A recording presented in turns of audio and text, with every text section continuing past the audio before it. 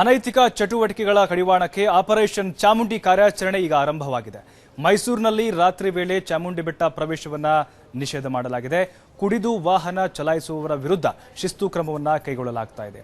ಚಾಮುಂಡಿ ಬೆಟ್ಟ ಸುತ್ತಮುತ್ತ ಕಾರ್ಯಾಚರಣೆ ಶುರುವಾಗಿದ್ದು ಮೆಡಿಕಲ್ ಎಂಜಿನಿಯರ್ ವಿದ್ಯಾರ್ಥಿಗಳ ಆಟಾಟೋಪಕ್ಕೆ ಬ್ರೇಕ್ ಹಾಕಲಾಗಿದೆ. ರಾತ್ರಿ ವೇಳೆ 3 ಮೊಬೈಲ್ ವಾಹನಗಳಲ್ಲಿ ಪೊಲೀಸರು ಗಸ್ತನ್ನ ತಿರುಗಲು ಆರಂಭಿಸಿದ್ದಾರೆ. ಚಾಮುಂಡಿ ಬೆಟ್ಟದಲ್ಲಿ ಅನೈತಿಕ ಚಟುವಟಿಕೆಗಳ ಕುರಿತು ಸುದ್ದಿ ಟಿವಿ ಈಗಾಗಲೇ ಹಿಂದೆ ವರದಿ ಕೂಡ ಮಾಡಿತ್ತು. ಈಗ ಪೊಲೀಸ್ ಇಲಾಖೆ ಎಚ್ಚೆತ್ತುಕೊಂಡು ಆಪರೇಷನ್ ಚಾಮುಂಡಿ ಎಂಬ ಹೆಸರಿನಲ್ಲಿ ಈಗ ಏನು ಅನೈತಿಕ ಚಟುವಟಿಕೆಗಳಿಗೆ ಬ್ರೇಕ್ ಹಾಕಲು ಮುಂದಾಗಿದೆ. ಚಾಮುಂಡಿ ಬೆಟ್ಟದಲ್ಲಿ ಈಗ ಆಪರೇಷನ್ ಚಾಮುಂಡಿ ಅನ್ನೋ ಹೆಸರಿನಲ್ಲಿ ಪೊಲೀಸರು ಕಾರ್ಯಾಚರಣೆ ನಡೆಸ್ತಾ ಇದ್ದಾರೆ. ಇವತ್ತಿನಿಂದಲೇ ಕೂಡ ಶುರುವಾಗುತ್ತೆ. ಏನು ಹಲವಾರು ಅನೈತಿಕ ಚಟುವಟಿಕೆಗಳಿಗೆ ಚಾಮುಂಡಿ ಬೆಟ್ಟ ಅಲ್ಲಿ ಸ್ಥಳವಾಗಿತ್ತು. ಈ ಹಿಂದೆ ಅದರ ಬಗ್ಗೆ ವಿಸ್ತೃತವಾಗಿ ಸುದ್ದಿ ಟಿವಿ ವರದಿ ಕೂಡ ಮಾಡಿತ್ತು. ಈಗ ಪೊಲೀಸ್ ಇಲಾಖೆ ಎಚ್ಚೆತ್ತುಕೊಂಡಿದೆ.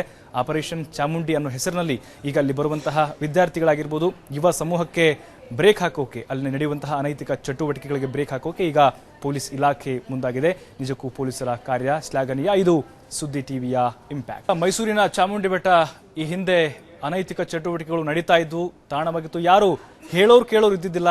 ಆದರೆ ಈಗ ಅದಕ್ಕೆಲ್ಲ ಬ್ರೇಕ್ ಬೀಳುತ್ತೆ. ಯಾಕಂತ ಹೇಳಿದ್ರೆ ಮೈಸೂರು ಪೊಲೀಸ್ ಇಲಾಖೆ ಎಚ್ಚೆತ್ತುಕೊಂಡಿದೆ. ಸುದ್ದಿ ಟಿವಿ ಕಳೆದ ಹಲವಾರು ದಿನಗಳ ಹಿಂದೆ ವಿಸ್ತೃತವಾಗಿ ವರದಿ ಮಾಡಿತ್ತು. ಎಕ್ಸ್ಕ್ಲೂಸಿವ್ ಆಗಿ ವರದಿಯನ್ನ ವಿಸ್ತೃತವಾಗಿ ಮಾಡಿತ್ತು. ಈಗ ಎಚ್ಚೆತ್ತುಕೊಂಡಂತಹ ಪೊಲೀಸ್ ಇಲಾಖೆ ಅವೆಲ್ಲವುದಕ್ಕೆ ಕಡಿವಾಣ ಹಾಕೋಕೆ ಆಪರೇಷನ್ ಚಾಮುಂಡಿ ಅನ್ನೋ ಹೆಸರಿನಲ್ಲಿ ಏನು ವಿಶಿಷ್ಟವಾದಂತಹ ಕಾರ್ಯವನ್ನ ಮಾಡ್ತಾ ಇದೆ. ಪೊಲೀಸರು ಏನು ರಾತ್ರಿ ಗಸ್ತಲ್ಲಿ ತಿರುಗ್ತಾರೆ. ವಿಶೇಷವಾದಂತಹ ಮೊಬೈಲ್ ಬೈಕ್ಗಳ ಮೂಲಕ ಅಲ್ಲಿ ಗಸ್ತನ್ನ ತಿರುಗ್ತಾರೆ. ಒಟ್ಟಾರೆ ಪೊಲೀಸ್ ಇಲಾಖೆಯ ಕಾರ್ಯ ನಿಜಕ್ಕೂ ಶ್ಲಾಘನೀಯ. ಇನ್ಮುಂದೆ ಯಾವುದೇ ಅನೈತಿಕ ಚಟುವಟಿಕೆಗಳಿಗೆ ಏನು ನಡೆಯದಂತೆ ಈಗ ಪೊಲೀಸ್ ಇಲಾಖೆ ಮುಂದಾಗಿದೆ.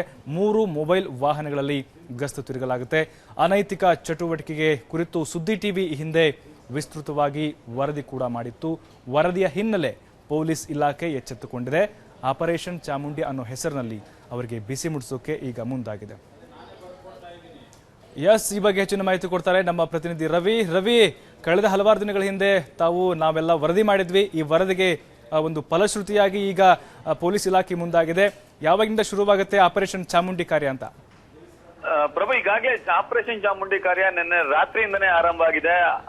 ಈ ಒಂದು ಚಾಮುಂಡಿ ಬೆಟ್ಟದ ಸುತ್ತಮುತ್ತಲೂ ಕೂಡ ಸಾರ್ವಜನಿಕರ ಪ್ರವೇಶವನ್ನ ನಿಷೇಧ ಮಾಡಲಾಗಿದೆ. ಅಂದ್ರೆ ತಡರಾತ್ರಿ ವೇಳೆ ಇನ್ನು ಅಲ್ಲಿ ಮೋಜು ಮಸ್ತಿಗೆ ಕಡಿವಾಣನ ಹಾಕಲಾಗಿದೆ. ಅಲ್ಲಿ ಕುಡಿದು ವಾಹನ ವಿರುದ್ಧ ದಂಡವನ್ನು ಕೂಡ ಹಾಕಲಾಗಿದೆ. ಆಪರೇಷನ್ ಚಾಮುಂಡಿ ಎಂಬ ಹೆಸರಿನಲ್ಲಿ ಈಗ ಕಾರ್ಯಾಚರಣೆ ಆರಂಭವಾಗಿದೆ. ಕಳೆದ 3-4 ದಿನಗಳ ಹಿಂದಷ್ಟೇ ವರದಿ ಪ್ರಸಾರ ಮಾಡಿತ್ತು. ಮೈಸೂರಿನ ಚಾಮುಂಡಿ ಬೆಟ್ಟ ಭಕ್ತಿಭಾವದ ತಾಣ. ಇಂತಹ ಭಕ್ತಿಭಾವದ ತಾಣದಲ್ಲಿ ಅನೈತಿಕ ಚಟುವಟಿಕೆಗಳು ನಡೀತಿದೆ ಅಂತ ಹೇಳಲಾಗ್ತಿತ್ತು.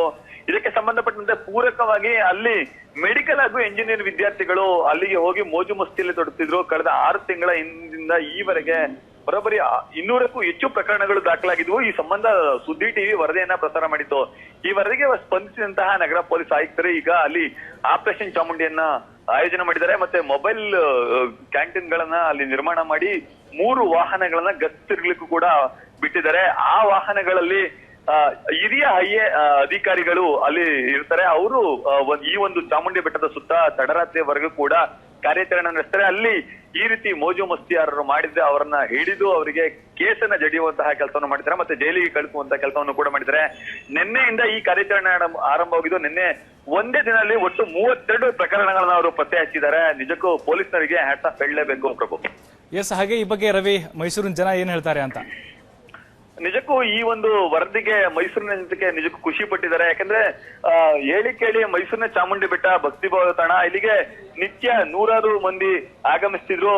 ಪ್ರವಾಸಿಗರ ಸ್ವರ್ಗ ಆಗಿರುವಂತಹ ಮೈಸೂರಿನಲ್ಲಿ 10 ಹಲವು ಪ್ರವಾಸಿ ತಾಣಗಳಿವೆ. ಅದರಲ್ಲಿ ಚಾಮುಂಡಿ ಬೆಟ್ಟ ಕೂಡ ಒಂದು. ಇಂತಹ ತಾಣಕ್ಕೆ ಬರುವಂತಹ ಭಕ್ತಾದಿಗಳು ಕಣ್ಮುಚ್ಚಿ ಹೋಗುವಂತಹ ದುಸ್ಥಿತಿ ಎದುರಾಗಿತ್ತು. ಇದನ್ನ ಗಮನಿಸಿದಂತಹ ಸುದ್ದಿ ಟಿವಿ ವರದಿಯನ್ನ ಪ್ರಸಾರ ಮಾಡಿತ್ತು. ಇಲ್ಲಿ ನಡೀತಿರೋ ಅನೈತಿಕ ಚಟುವಟಿಕೆಗಳಿಗೆ ಬ್ರೇಕ್ ಹಾಕ್ಬೇಕು ಅಂತ ಹೇಳಿ ಮನವಿಯನ್ನ ಮಾಡಿತ್ತು. ಮನವಿಗೆ ಸ್ಪಂದಿಸಿದ ಹಿನ್ನೆಲೆಯಲ್ಲಿ ಈ ಒಂದು ವರದಿಗೆ ಸಾರ್ವಜನಿಕರ ವಲಯಲ್ಲೂ ಕೂಡ ಉತ್ತಮವಾದ ಪ್ರತಿಕ್ರಿಯೆ ವ್ಯಕ್ತವಾಗ್ತಿದೆ ಪ್ರಭು. ಧನ್ಯವಾದಗಳು ರವಿ, ತಮ್ಮೆಲ್ಲ ಮಾಹಿತಿಗಾಗಿ.